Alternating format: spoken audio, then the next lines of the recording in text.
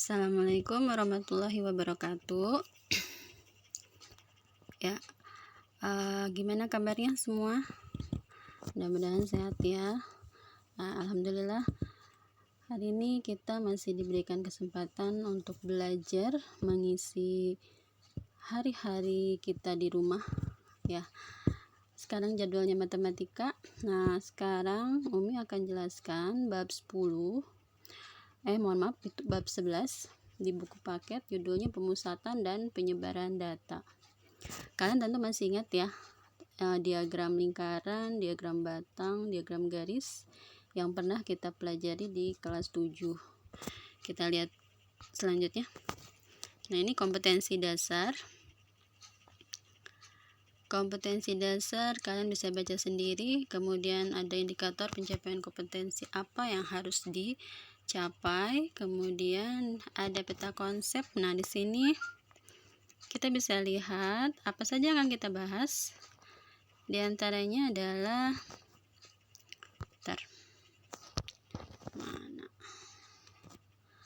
kita akan membahas ukuran pemusatan data, penyebaran data. Ini terbagi dua. Ukuran pemusatan data itu terbagi tiga, ada min, median.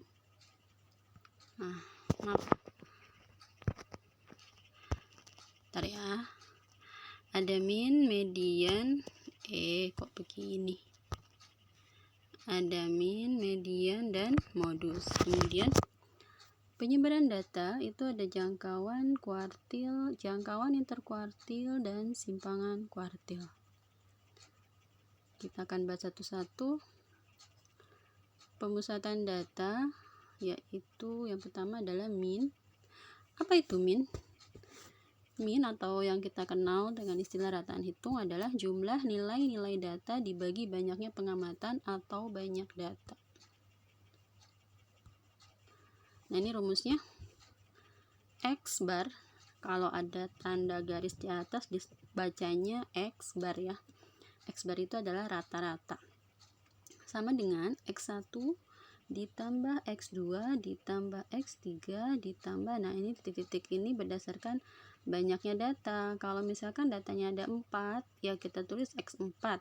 Kalau ada 5, X5, dan seterusnya sampai tak terhingga. Nah, N ini adalah apa? N ini adalah banyaknya data. Kalau misalkan kita tulis di sini X1, X2 sampai X3, maka N-nya itu adalah 3 ya. Kalau kita tulis sampai 5, misalkan X5, maka N-nya itu adalah 5. Jadi banyaknya data ya. Nah, kalau ini 1/n dikali sigma IN X1. Nah, ini nggak usah bikin pusing ya. Kita lihat soalnya lebih mudah daripada rumusnya. Nah, ini rumus min rata-rata data kelompok. Nggak usah dilihat deh, kalau pusing nggak apa-apa. Kita ke contoh soal. Contoh soalnya ini lebih mudah dibandingkan rumus yang tadi ya. Kalau rumusnya emang agak ribet. Kita bisa lihat, simple banget. Dan ini juga kalian sudah pernah belajar di kelas 7 ya, masih ingat kan ya? Misalkan ada 6 siswa yang diukur tinggi badannya dan diperoleh data tinggi badan dalam sentimeter sebagai berikut. Ini ada 155, 147, 160, 158, 156, dan 154. Yang ditanyakan adalah tentukan min atau rata-rata tinggi badan ke-6 siswa tersebut. Kita lihat jawabannya. Nah, ini data tinggi badan tadi itu tinggal ditambahkan saja. 155 ditambah 147, ini tinggi badan yang tadi ya, yang dari soal. Yang ini. Nah, ini ya. Oke. Jadi caranya adalah cukup ditambahkan semua datanya, ada 6 data dibagi 6. Nah, tadi Umi bilang ya, kalau atasnya ada 6, maka bawahnya 6 dan seterusnya. Hasilnya adalah 930 dibagi 6, maka didapat 155. Nah, kesimpulannya, jadi rata-rata tinggi badan ke-6 siswa tersebut adalah 155 cm. Ya, sekarang kita ke contoh soal kedua. Nilai rata-rata matematika dari 15 siswa adalah 95. Jika satu anak yang susulan nilainya ditambahkan, maka nilai rata-rata terbaru menjadi 94. Berapakah nilai anak yang susulan tersebut? Ini soalnya beda kasus ya. Jadi rata-rata 15 anak itu sudah diketahui, yaitu 95. Kemudian datang satu anak karena susulan, maka rata-rata yang tadi itu kita akan rubah. Dia akan berubah ya, karena ditambahkan dengan satu anak yang ikut susulan. Nah, di sini sudah diketahui rata-ratanya berubah dari 95 menjadi 94. Maka berapakah nilai anak yang susulan tersebut? Kita lihat jawabannya. Nah, kita gunakan rumus rata-rata kelompok yang tadi di awal ya, yaitu F1 dikalikan X1 ditambah F2 dikalikan X2 ditambah titik-titik. Titik-titik ini tergantung ada berapa data yang diberikan ya, karena tadi kan hanya ada 2 saja, jadi sampai 2. F1 ini frekuensi atau jumlah orang pertama, X1 ini rata-rata yang pertama tadi yang sebelum ada susulan ya. F2 itu jumlah anak yang ikut susulan, tadi ada 1 orang. X2 itu nilainya berapa. Nah, kita tidak menggunakan ini karena sampai 2 saja sudah cukup, dan dibagi F1 tambah F2. F1 ini adalah jumlah anak yang awal 15, dan F2 ini adalah anak yang susulannya berapa orang. Kalau satu anak tulis 1, kalau 2 2, dan seterusnya. Nah, ini hasilnya. Dari mana 94? 94 ini adalah rata-rata terbaru. Kalian bisa lihat nanti di soalnya ya. Yang tadi ini kita lihat. Nah, ini 94 tuh ini rata-rata terbaru ya. Ini rata-rata awalnya, dan ini jumlah anak yang pertama. Kita lihat lagi.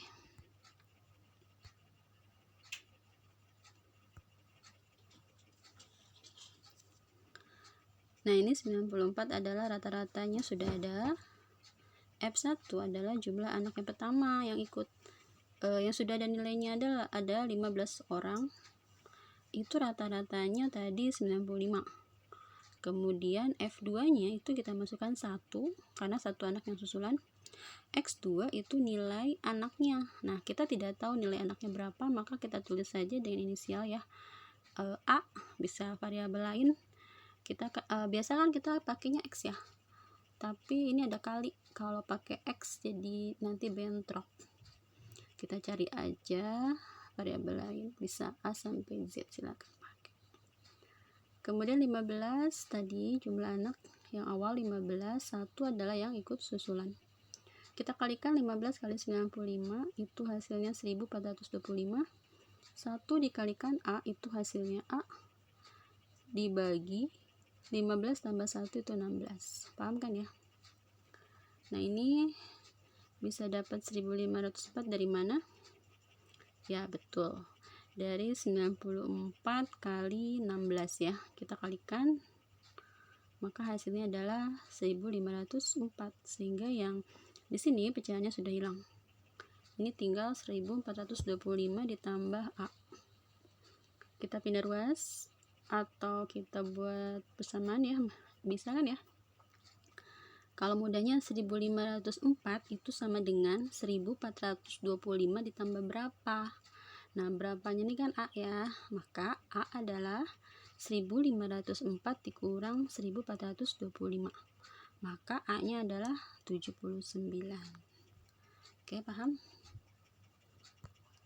Nah, kesimpulannya adalah jadi nilai anak yang susulan tersebut adalah 79. Mudah-mudahan paham ya. Silakan disimak lagi. Contoh soal ketiga. Nah, ini bagaimana kalau data disajikan dalam bentuk diagram, sedangkan yang ditanyakan adalah kita disuruh mencari rata-rata. Bagaimana caranya? Nah, kalian Umi ingatkan lagi ya. Kita ingatkan lagi cara membaca diagram, paham kan ya?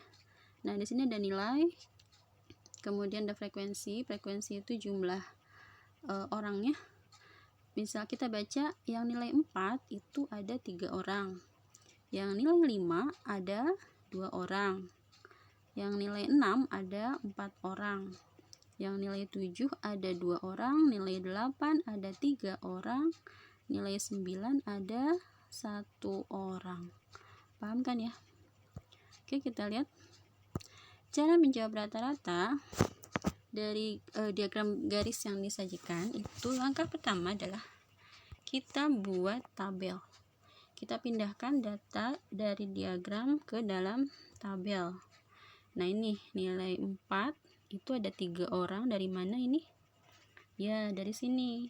4 ada 3. Kita tulis dari sini 4, 3. 5, nilai 5 ada 2. 5 ada 2. Paham ya? Dan seterusnya sampai 9. Nah, setelah membuat tabel, dari tabel ini nanti kita kalikan. Yang nilai ini kita kalikan dengan frekuensi. Maka kita buat kolom baru di sini. Kita kalikan semua. 4 kali 3 hasilnya 12. 5 kali 2 10. 6 kali 4 24. 7 kali 2 14. 8 kali 3 24. 9 kali 1 9. Bisa ya? Nah, setelah dikalikan, kita jumlahkan yang frekuensi. 3 tambah 2 tambah 4 tambah 2 tambah 3 tambah 1. Hasilnya adalah 15. Ini juga kita jumlahkan. 12 tambah 10 tambah 24 tambah 14 tambah 24 tambah 9. Hasilnya adalah 93. Maka rata-rata yang didapat adalah kita bagi yang jumlah ini ya, jumlah frekuensi kali nilai dibagi dengan jumlah frekuensi. 93 dibagi 15. Sebenarnya ini bisa pakai rumus, tapi kan kalau pakai rumus ribet ya.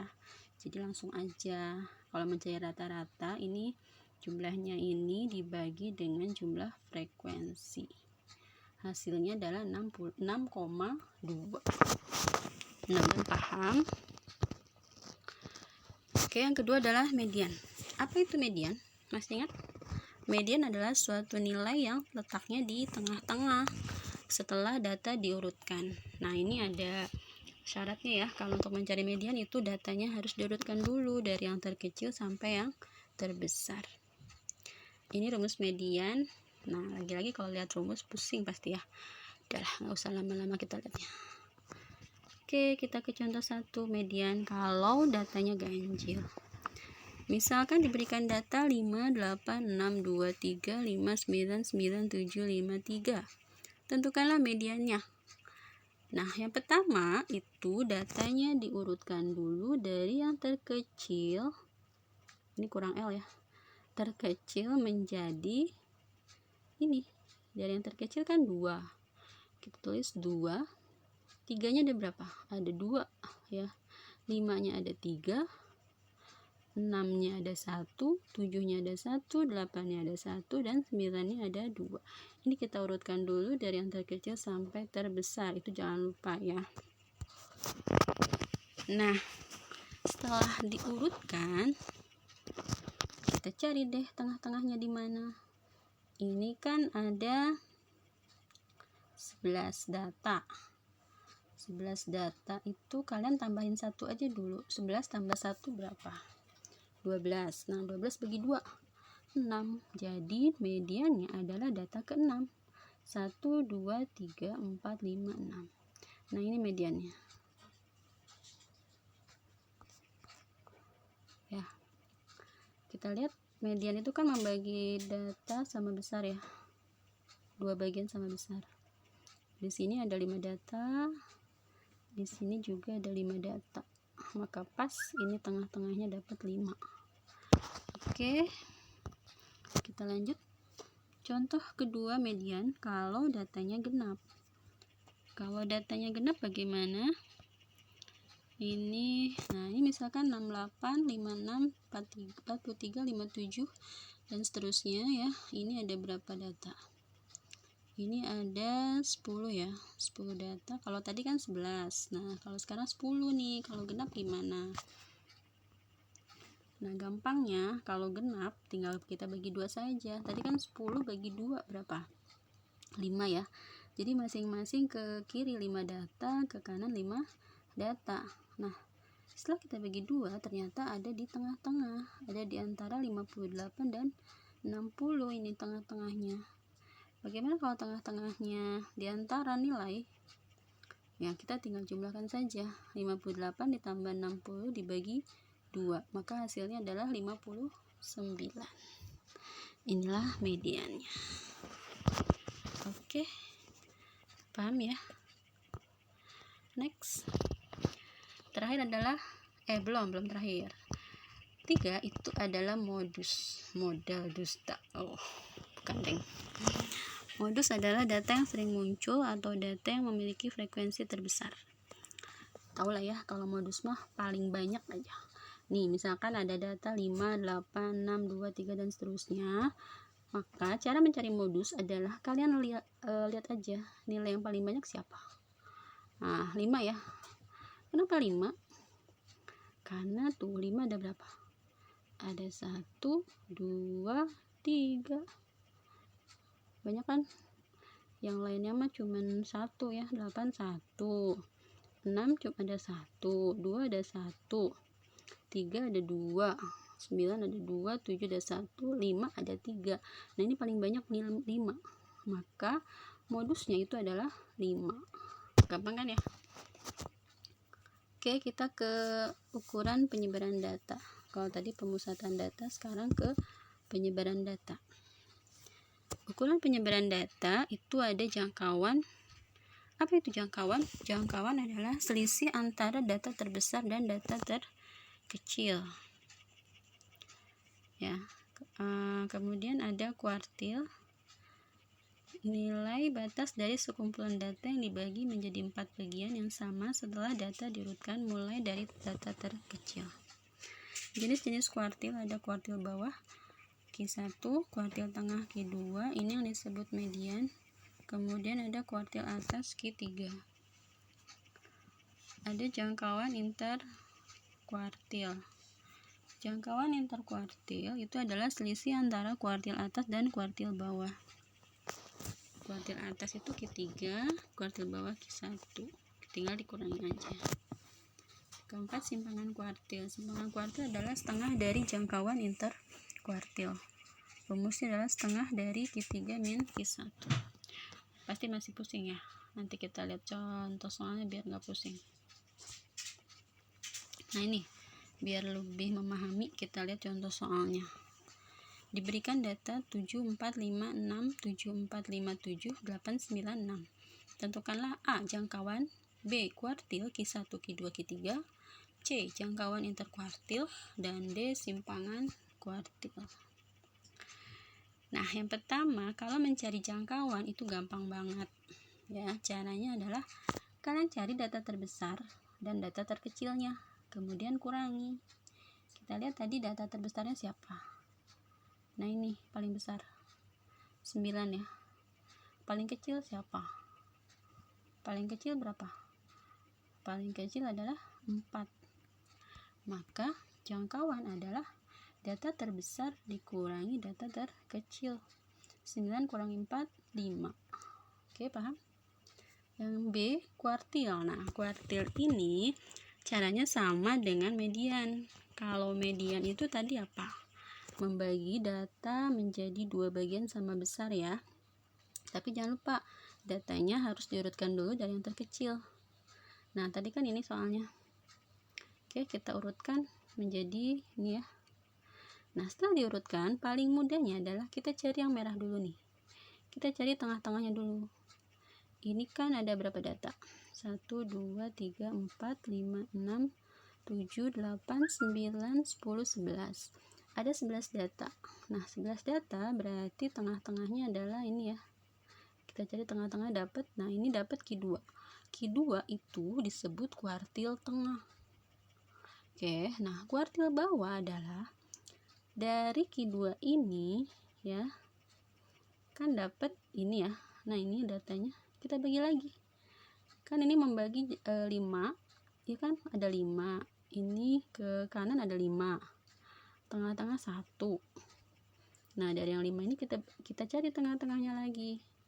Kita dapat tengah-tengahnya Q1 nih. Tengah-tengahnya 5. Maka Q1-nya adalah 5. Terus ini tengah-tengahnya mana? Dari 7 sampai 9, tengah-tengahnya adalah 7. Pokoknya gitu. Jadi dicari tengah-tengahnya ya. Dapat Q3. Oke. Nah, kalau sudah dapat kuartil, ini kan sudah jelas ya. Q1-nya adalah 5. Nah, ini kelihatan. Kuartil itu kan membagi 4 bagian sama besar ya. Membagi data menjadi 4 bagian sama besar. Ini kan bagian pertama ada 2. Bagian kedua juga 2. Bagian ketiga juga 2. Bagian keempat juga 2. Ini pas, kita baginya pas. Jadi ini namanya kuartil pembaginya. Q1, Q2, Q3. Oke. Nah, sehingga jangkauan interkuartilnya ini rumusnya adalah tinggal dikurang. Q3 dikurangi Q1. 7, ini 7 dikurang 5. Hasilnya adalah 2. Oke, paham? Yang D, simpangan kuartil. Ini terakhir. Simpangan kuartil itu adalah gampang, setengah dari yang jawaban C. Kalau udah tahu nilai jangkauan interkuartilnya, maka simpangan kuartil itu tinggal dibagi 2 saja. Setengahnya dari 2, dapat 1. Oke, mudah-mudahan paham sampai sini. Ya, kami cukupkan sampai di sini materi matematika kita kali ini. Mudah-mudahan paham ya. Paham. Jangan lupa isi daftar hadir di Google Classroom-nya. Kalau yang terlambat nilainya Umi kurangi pokoknya. Ya, dan dilihat nanti ada tugas. Tugasnya simpel, nanti Umi jelasin lagi. Ada petunjuknya. Jadi intinya nanti tugasnya itu kalian mencari data boleh dalam bentuk grafik, diagram atau apapun ya, bebas. Pokoknya nanti deh tugasnya itu kalian bisa baca di Google Classroom ya. Sampai di sini dulu penjelasan dari Umi, mudah-mudahan bisa dipahami. Kalau tidak ada yang dimengerti atau kurang jelas, silakan bisa ditanyakan di forum Google Classroom. Dan yang lain juga kalau yang udah paham bisa ikut menjawab ya. Oke, dicukupkan sampai sekian. Assalamualaikum warahmatullahi wabarakatuh.